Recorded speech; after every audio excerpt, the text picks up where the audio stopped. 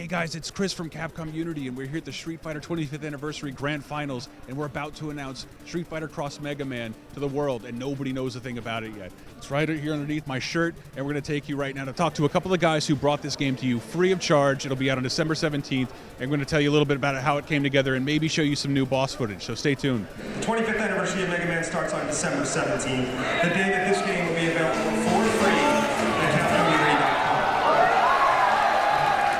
Okay, Street Fighter Cross Mega Man, how exactly did this happen?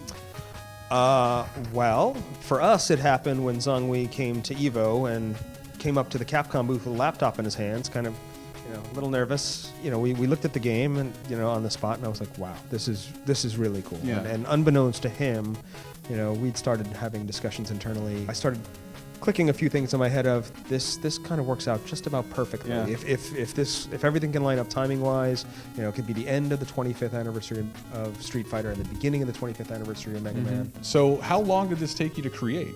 I worked on it only during my holidays previously, so but if I were to cram everything together, it should take about less than half a year. Less than half a year. There's a million fan games, but there are very few that really kind of stand up and can stand next to our own work and say, this is really good. So what was it about this one that really jumped out at you? The quality of it. Like the concept met content when I saw it. Right, that's exactly what it comes down to. Really good execution of a really good concept that we hadn't come up with in our own head. We wish we would have thought of it. Yeah, for sure.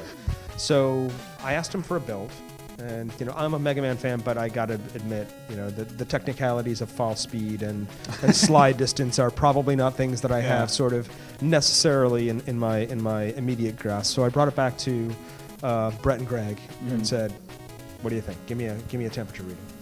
Well, like Christian mentioned, he brought this first build back from EVO 2012 and kind of gave me this disc, like very nondescript disc with no label, just like, hey, somebody gave this to us at EVO.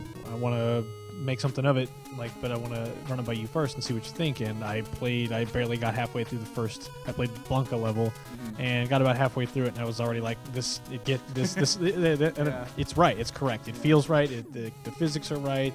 The philosophy of what is a Mega Man game, moving room to room, the way the enemies come at you, this all feels very tight and right and real. Now, what was the hardest part about developing this? Putting everyone in the game.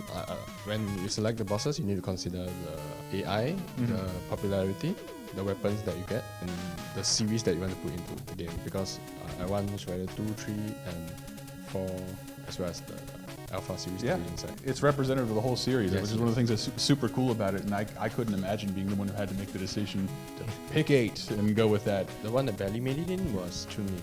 Really? Why is that? Because I wanted a China theme stage. There's many characters from China. There's Fei Long, there's Yun, Yang, Gan. I get little call-outs in the levels. Yeah. That kind of speaks to another element that Zhonghui very excellently integrated into the game, is that they're not just bosses for the sake of having a boss and they have this pre-programmed thing. They really do behave like their Street Fighter 4 counterparts. So when I got to Blanca and I saw him do the Ultra does the zoom in, I'm like, oh wait, I know what that is. I need to jump because the whole ground is going to be electricity. So I immediately jump and to know that actually worked. And then I fight Rose and I see the Soul Satellite and the rotating orbs. I'm like, okay, I know what that's going to be. And then when Ryu does the charge up, I know I'm going to need to jump over some big fireball. So all these little things about Street Fighter and Mega Man happening simultaneously is what made it so much fun. No, why free? A couple of reasons. I think one, if this is a love letter to Street Fighter fans and Mega Man fans, we want as many fans as possible to sort of be able to participate in that. The other part of this is, to some degree, it's a little bit of a make good, particularly for Mega Man fans. Well, it doesn't make up for where we're at, but hopefully it opens the door to future conversations, both externally and internally with fans. I call it a hell of a 25th birthday gift. Yeah, it's a good one. It's an early Christmas gift for everybody. I don't care how you slice it. 8 bosses. Do you have a favorite? I actually really like what Zhonghui did with Dalsim.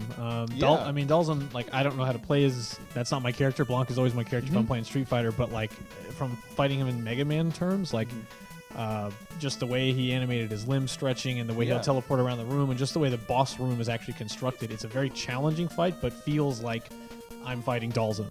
Urian's my favorite boss in terms of his mechanics. Vega. Yes. Vega. So that's a new one for people. I like the music as well, and because when you fight Vega, there's things falling off. Yeah.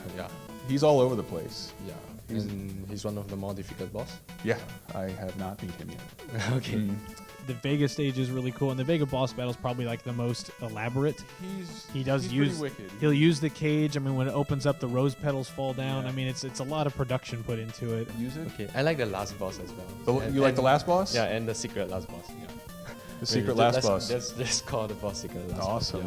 boss. Well, we don't want to spoil too much of what happens after the 8 bosses. I mean, you know what's going to happen. It's a Mega Man game. You're going to fight the 8 bosses, and then you're going to have 4 levels of something. And there is a pretty tough final battle, and there will be kind of a surprise at the end as well.